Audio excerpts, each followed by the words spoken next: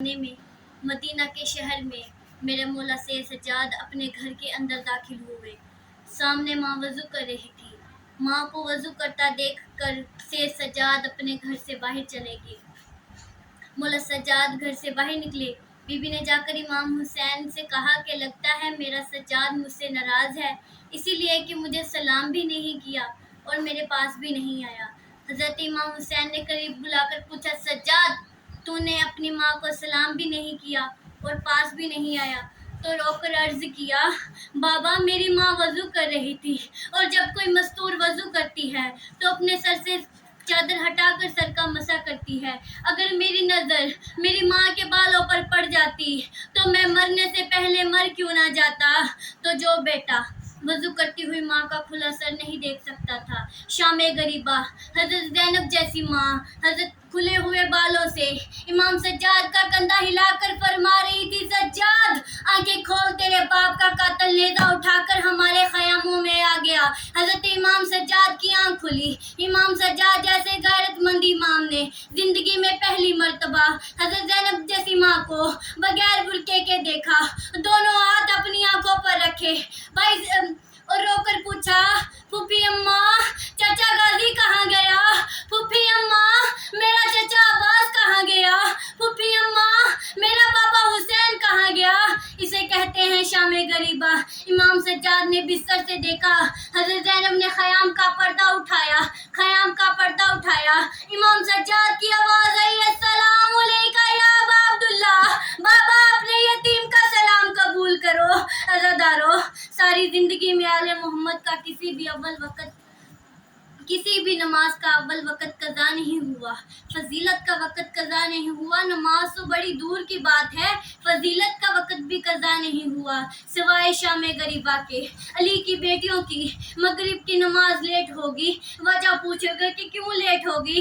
जब नमाज की अदायगी के लिए बीबी मुसल्ले पर तशरीफ़ ले आई तो आवाज़ आई, बीबी नमाज ना शुरू कर, ख़याम को आग लगी है और चारों तरफ से ख़याम में जलने लगे हैं। अली की बेटी इमाम सज्जाद के पास आई और फरमाया, बेटा सज्जाद हमारे ख़याम को आग लगी है, हमारे लिए क्या हुक्म है कि जलकर मर जाएं या ख़याम से बाहर निकल जाएं? अल्लामा कहते हैं कि अली की बेटी मसला तो जानती थी, पूछा सिर्फ इसीलिए कि सज्जाद मर जाने की इजाज़त दे दे ताकि हमें ख़याम से बाहर ना निकलना पड़े। अज़ादारो, एक बीबी बाहर ना निकली। कौन ना निकली? 4 साल की सकीना। इमाम सज्जाद ने फरमाया, सकीना तू बाहर क्यों नहीं जाती? और रोकर कहती है, भैया सज्जाद उनके बाल तो बड़े थे, वो तो चेहरे पर डालकर चलेगी और मेरे बाल छोटे हैं और मैं फातिमा की पोती हूँ। शामे गरीबा, शरीफों पर एक रात आई जो कि गुजर गई। इस रात का मुसाइब 10 मुहर्रम से कम नहीं है। पूरे अशरे के मुसाइब एक तरफ और शामे गरीबा का मुसाइब एक तरफ, ख़यामों को आग लगी। अली की बेटियां हुक्म इमाम से बाहर आई। हमीद कहते हैं कि मैंने देखा है एक बीबी बार बार आग के शोलों की तरफ जाती थी। लोग कहते हैं कि आग पर मातम क्यों करते हो? तो ये उस बीबी की सुन्नत है। शामे गरीबा जलते हुए खेमों पर नादे अली पढ़ते हुए दाखिल हुई और सैयद सज्जाद को कमर पर उठाकर ले आई और बाहर भाई के कातिल हंस रहे थे। जनाबे ज़ैनब रोकर कहती हैं, भैया हुसैन मर्द होकर अली अकबर की लाश को उठाना आसान है। जनाबे ज़ैनब रोकर कहती है कि भैया हुसैन मर्द होकर अली अकबर की लाश को उठाना आसान है और मैं मस्तूर होकर बदमाशों के सामने अपने भतीजे को कमर पर उठाकर लाना बहुत मुश्किल है। फिर अली की बेटी ने इरादा किया कि मैं नमाज शुरू करूं और बीबी ने तकबीर के लिए हाथ उठाए। बीबी कलसूम ने हाथों पर हाथ रख दिए। बीबी से कहा कि बीबी नमाज ना शुरू करें क्योंकि सकीना गुम हो गई है। और भैया हुसैन की निशानी को ढूंढने के लिए अली की बेटियां हाथ में जले हुए खैमों के चोब उठाकर सहरा में गई। आवाज दे रही थी, सकीना मेरे भैया की अमानत कहाँ है? जवाब दे। दोनों शहजादियां पहले दरिया के किनारे पर गई, आवाज दी और जनाब अब्बास से पूछा, अब्बास यहाँ सकीना तो नहीं आई? कहीं कहीं गुजरे अब्बास अलमदार की दरिया के किनारे से उठी और आवाज आई, बीबी यहाँ सकीना तो नहीं आई। इसके बाद बीबी नशम में आई, मक्तल हुसैन में पहुंची। अब जनाब ज़ैनब की आवाज आई, सकीना कहाँ हो?